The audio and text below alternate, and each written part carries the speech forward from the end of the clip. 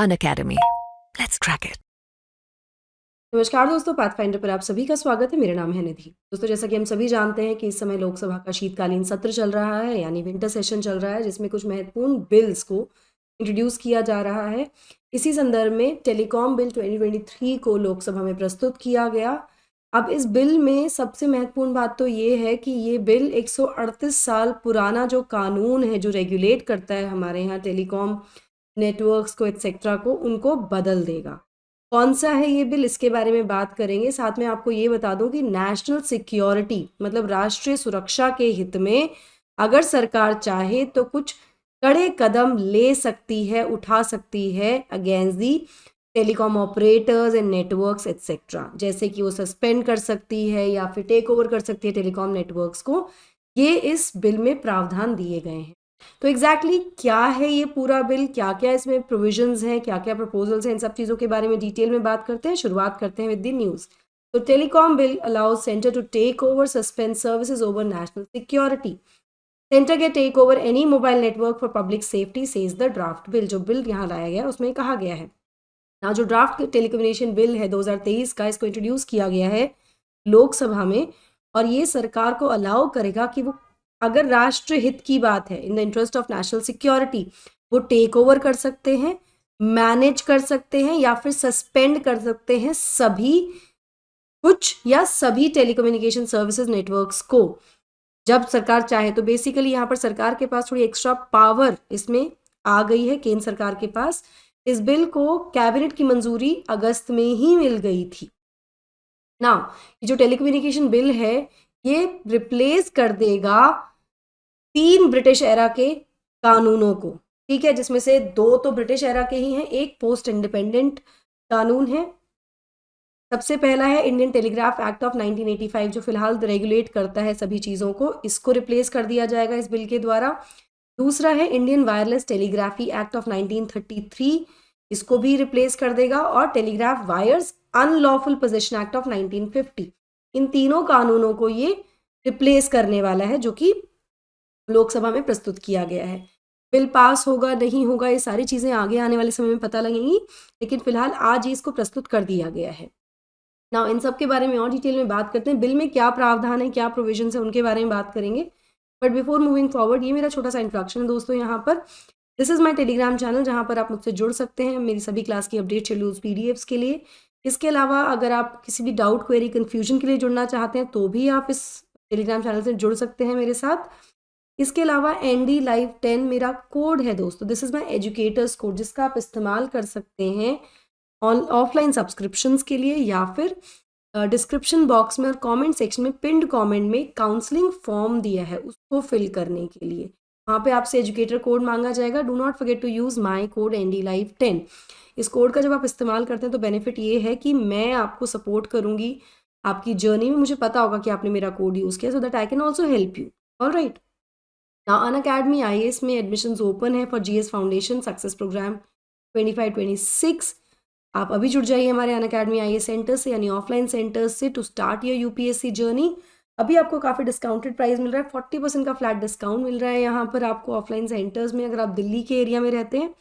यहाँ मैं आपको बता दूँ, प्रयागराज में भी एक बहुत जल्दी सेंटर खुलने वाला है हमारा, जहाँ पर आपको 40% डिस्काउंट मिलेगा। लेकिन इस डिस्काउंट के लिए आपको कोड यूज़ करना है ND Live 10।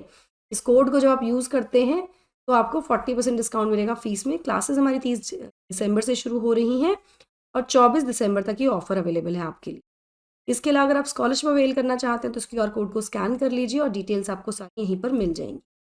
मुखर्जी नगर और राजेंद्र नगर सेंटर्स में अगर मैं कोर्सेज की बात करूं तो these are the detail. GS foundation जो बैच है हमारा हिंदी बैच, वो आपको फिलहाल मिल रहा है 15 महीने का ड्यूरेशन इसका होगा 96,000 में। इसी तरह से जीएस फाउंडेशन बैच फॉर 25-26 आपको 1,14,000 का मिल रहा है, 2 साल की ड्यूरेशन है इसकी, ये हिंदी में भी होगा। इसके अलावा GS foundation batch 25 Hindi with plus subscription 1,20,000 में मिल रहा है, 15 महीने का इसका ड्यूरेशन है। बैच यहाँ पर 25 दिसंबर से शुरू हो रहा है, ऑफर 24 दिसंबर तक वैलिड है। तो यहाँ पर अनअकैडमी सेंटर मुखर्जी नगर, राजेंद्र नगर, दोनों जगह पर आपको मिल जाएगा। इसके साथ साथ अगर आप प्रयागराज यूपी में हैं, अगर आप इस वाले एरिया में रहते हैं तो यहाँ पर भी आपको बेनिफिट्स मिल रहे हैं। जैसे 24 का प्रीलिम्स अगर आप देने वाले हैं तो उसके लिए क्रैश कोर्स हम शुरू कर रहे हैं। ये 25 दिसंबर से शुरू हो जाएगा, मात्र 3,000 रुपये में 5 महीने की ड्यूरेशन होगी। इसके अलावा US foundation success program plus subscription के साथ 1,16,999 में मिल रहा है आपको, 12 से 15 महीने होगा इसका ड्यूरेशन। और यूपीपीएससी फाउंडेशन सक्सेस प्रोग्राम केवल 69,000, अगर आप यूपीपीसीएस देने वाले हैं उसके लिए भी आपको ये सब्सक्रिप्शन यहाँ मिल जाएगा। 24 तारीख तक ये ऑफर वैलिड है, 40% आपको डिस्काउंट मिल रहा है। कोड आपको यूज़ करना है NDLive10, do not forget to use my code NDLive10 दोस्तों।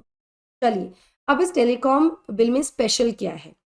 सबसे पहले सरकार इसको लेकर आई थी, ड्राफ्ट को लेकर आई थी टेलीकॉम बिल 2022 को सितंबर में लास्ट ईयर, और उसको पब्लिक कमेंट्स के लिए रखा गया था। इस पर हमने पहले भी बात की है, ठीक है ना। इस ड्राफ्ट के अकॉर्डिंग, इस बिल के ड्राफ्ट के अकॉर्डिंग जो स्पेक्ट्रम होंगे, जो नेट टेलीकॉम स्पेक्ट्रम्स होते हैं, उनको ऑक्शन किया जाएगा थ्रू एडमिनिस्ट्रेटिव प्रोसीजर्स, और कोई मैकेनिज्म जो सरकार डिसाइड करेगी। मतलब उनका ऑक्शन अब किस तरह से किया जाएगा, या तो एडमिनिस्ट्रेटिव प्रोसीजर के थ्रू, या फिर जो सरकार डिसाइड करेगी मैकेनिज्म, उसके थ्रू उनकी ऑक्शनिंग होगी, ठीक है।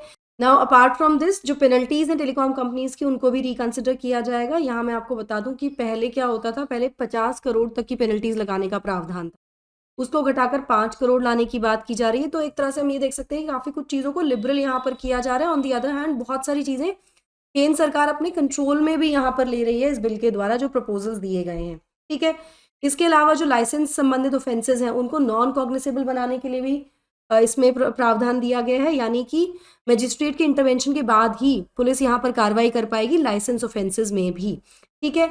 इसके अलावा जो कंपनीज की बैंकरप्सी से रिलेटेड के जो भी प्रावधान है, उनको भी यहाँ पर कंसिडर किया जा रहा है। तो जैसा कि मैंने आपको कहा, काफ़ी कुछ लिबरल करने की कोशिश भी की जा रही है, फ्लेक्सिबल किया जा रहा है, लेकिन at the same time centre का जो कंट्रोल है उसको बढ़ाया जा रहा है। और ट्राई, जो मेन हमारी जो टेलीकॉम रेगुलेटरी अथॉरिटी है देश की, उसकी जो अथॉरिटी है, उसका जो कार्य क्षेत्र है, उसको सीमित करने की तरफ इस लॉ में प्रावधान दिए गए हैं, प्रपोज किया गया है। तो जो प्रपोज टेलीकम्युनिकेशन बिल है, जो कि अनवेल किया गया था 2023 में, इसका उद्देश्य है कि ये इंक्लूड करेगा ओवर द टॉप और इंटरनेट बेस्ड कॉल्स और मैसेजिंग एप्लीकेशंस को, इनको लाया जाएगा with in the scope of telecommunication. तो OTT और इंटरनेट बेस्ड जो कॉल्स हैं, मैसेजिंग एप्लीकेशंस एक्सेट्रा हैं, इनको टेलीकम्युनिकेशन के स्कोप में लाया जाएगा। इसका उद्देश्य क्या है, किस उद्देश्य से ऐसा किया जा रहा है, टू इम्प्रूव यूजर सेफ्टी। जो कंज्यूमर है उनकी सेफ्टी को ध्यान में रखते हुए उसको इम्प्रूव करने के लिए इनको टेलीकम्युनिकेशन के दायरे में लाने की बात की गई है। जैसा कि मैंने आपको बताया कि ट्राई की अथॉरिटी को लिमिट करने की बात की जा रही है। इसको लेकर काफ़ी ज़्यादा कंसर्न्स भी थे और काफ़ी मुद्दा भी उठा था जब ये ड्राफ्ट प्रपोजल आया था 2022 में भी। तो यहाँ पर जो गवर्नमेंट ऑफिशियल्स हैं, उन्होंने कहा कि जो भी इश्यूज थे around the OTT players and the try, इनको पहले ही कैबिनेट की मंजूरी मिलने से पहले इस प्रपोजल के क्लियर कर दिया गया था, मतलब ये रिजॉल्व कर लिए गए हैं इश्यूज, ऐसा यहाँ पर गवर्नमेंट ऑफिशियल्स ने बताया। इसके अलावा जो ड्राफ्ट प्रपोजल है वो ईज करेगा कुछ रूल्स को, जैसे रिफंड, जो फीस का रिफंड होता है लाइसेंसेज में या रजिस्ट्रेशन को लेकर, अगर कंपनी अपना परमिट सरेंडर करना चाहे तो उस केस में। तो बेसिकली ईज करने की यहाँ पर कोशिश की जा रही है when it comes to refunding of fees of licence etcetera, ठीक है। इसके अलावा जो नया बिल है, ये सरकार को कुछ अधिकार दे रहा है। जैसा कि मैंने आपको कहा भी अभी, यहाँ पर सरकार के पास पावर होगी, वो वेव ऑफ कर सकते हैं एंट्री फी को, लाइसेंस फीस को या पेनल्टीज को भी, in the interest of consumers. अब देखिए होता क्या है ना, जैसे जैसे ये फीस बढ़ती है, एंट्री फीस हो या लाइसेंस फीस हो या पेनल्टी जो भी है, वो अल्टीमेटली उसका इम्पैक्ट किस पर पड़ता है, उसका अल्टीमेट इम्पैक्ट ये कंपनीज या नेटवर्क जो प्रोवाइडर्स हैं, ये टेलीकॉम प्रोवाइडर्स हैं या टेलीकॉम सर्विस प्रोवाइडर्स हैं, इन सब का अगर कहीं पर इनका खर्चा ज़्यादा हो रहा है तो उसका ऑटोमेटिकली इफेक्ट पड़ेगा कंज्यूमर्स पर, यानी हम पर। तो यहाँ पर सरकार के पास ये पावर है कि वो ये वेव ऑफ कर सकते हैं इन फीस को, लाइसेंसेस एक्सेट्रा को, in the interest of consumers, हमारे इंटरेस्ट के लिए ऐसा कहा जा रहा है, और इंश्योर करते हुए कंपटीशन को मार्केट में, कंपेटिटिव मार्केट क्रिएट करने के लिए, साथ में अवेलेबिलिटी और कंटिन्यूटी की टेलीकॉम नेटवर्क्स के, इसके संबंध में भी पावर होगी सरकार के पास कि कौन सी टेलीकॉम जो नेटवर्क्स हैं वो अवेलेबल हैं, होंगे कि नहीं होंगे, उनकी कंटिन्यूटी को लेकर भी डिसीजन गवर्नमेंट लेगी, और नेशनल सिक्योरिटी जैसी चीज़ों पर भी गवर्नमेंट का ही चेक होगा। जैसा कि मैंने आपको शुरुआत में बताया था कि नेशनल सिक्योरिटी को अगर थ्रेट होता है, in the interest of national security, telecom companies या टेलीकॉम नेटवर्क को टेम्परेरी ओवरटेक भी कर सकती है केंद्र सरकार, ऐसा इसमें प्रपोज किया गया है। अगर मैं बिल के टेक्स्ट की बात करूं तो यहाँ पर आपको समझ में ज़्यादा बेहतर तरीके से आ जाएगा।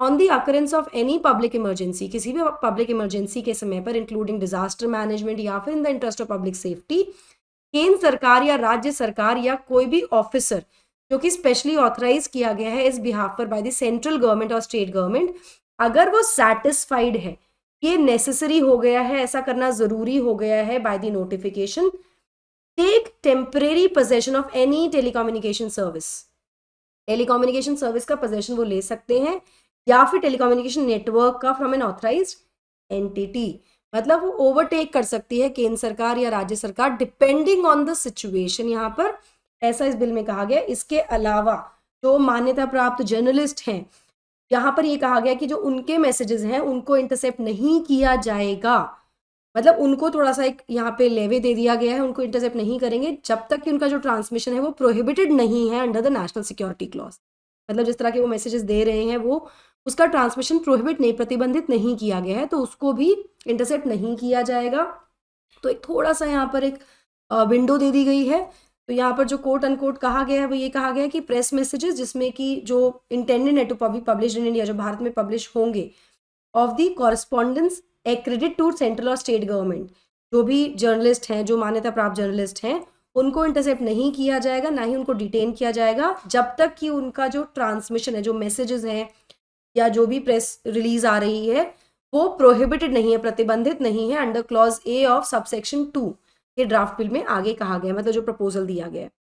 यहाँ पर मैं आपको एक और चीज बता दूं, ये एक इंपॉर्टेंट पॉइंट है, यहाँ पर पेनल्टी और पनिशमेंट का प्रावधान इस बिल में दिया गया है। कहा गया है कि अगर कोई भी अनलॉफुल इंटरसेप्शन होता है मैसेजेस का, अगर कोई इलीगल तरीके से इंटरसेप्ट करता है मैसेजेस को, तो उसमें जेल की सजा हो सकती है 3 साल तक या फिर 2 करोड़ रुपए तक का फाइन हो सकता है, फाइन लगाया जा सकता है, या दोनों ही चीजें हो सकती हैं। तो अनलॉफुल इंटरसेप्शन ऑफ मैसेजेस को लेकर यहाँ पर एक कड़ा कदम उठाने की बात की गई है इस बिल में। इसके अलावा एक ट्रिब्यूनल, एपेलेट ट्रिब्यूनल या डिस्प्यूट सेटलमेंट ट्रिब्यूनल के क्रिएशन की बात भी की गई है। तो ड्राफ्ट कहता है कि क्रिएट किया जाएगा telecom dispute settlement and appellate tribunal under this act. ये जब ये बिल पास हो जाएगा तो उसके अंदर ये एक ट्रिब्यूनल, एपेलेट ट्रिब्यूनल, जो डिस्प्यूट सेटलमेंट के लिए और अपील के लिए क्रिएट किया जाएगा, ये भी इस बिल में कहा गया है। तो this is what is going to change basically. अगर इसको हम ओवरव्यू लें इसका, तो it is there are lot of easy चीज़ें की गई हैं, ease of doing things have been there, थोड़ा रूल्स एंड रेगुलेशंस को थोड़ा सा एक तरह से कह सकते हैं कि फ्लेक्सिबल किया गया है, but at the same time try की अथॉरिटी को लिमिट करते हुए सरकार ने अपने कंट्रोल में बहुत सारी चीज़ें लेने का यहाँ पर प्रयास किया है इस बिल के थ्रू। अभी बिल पास होता है नहीं होता है ये तो आने वाले समय में पता लगेगा। अगर ये बिल पास हो जाता है तो इसकी पूरी डिटेल्स, क्या क्या इसमें अमेंडमेंट हुए हैं, क्या इसमें बदलाव हुए, इन सब चीज़ों के बारे में डिस्कस करेंगे आने वाले सेशंस में। So that will be all from my side. I hope you like the session. Do not forget to like, share and subscribe to the channel, and also hit the bell icon so that you get notifications about the latest. Thank you so much. God bless. Take care.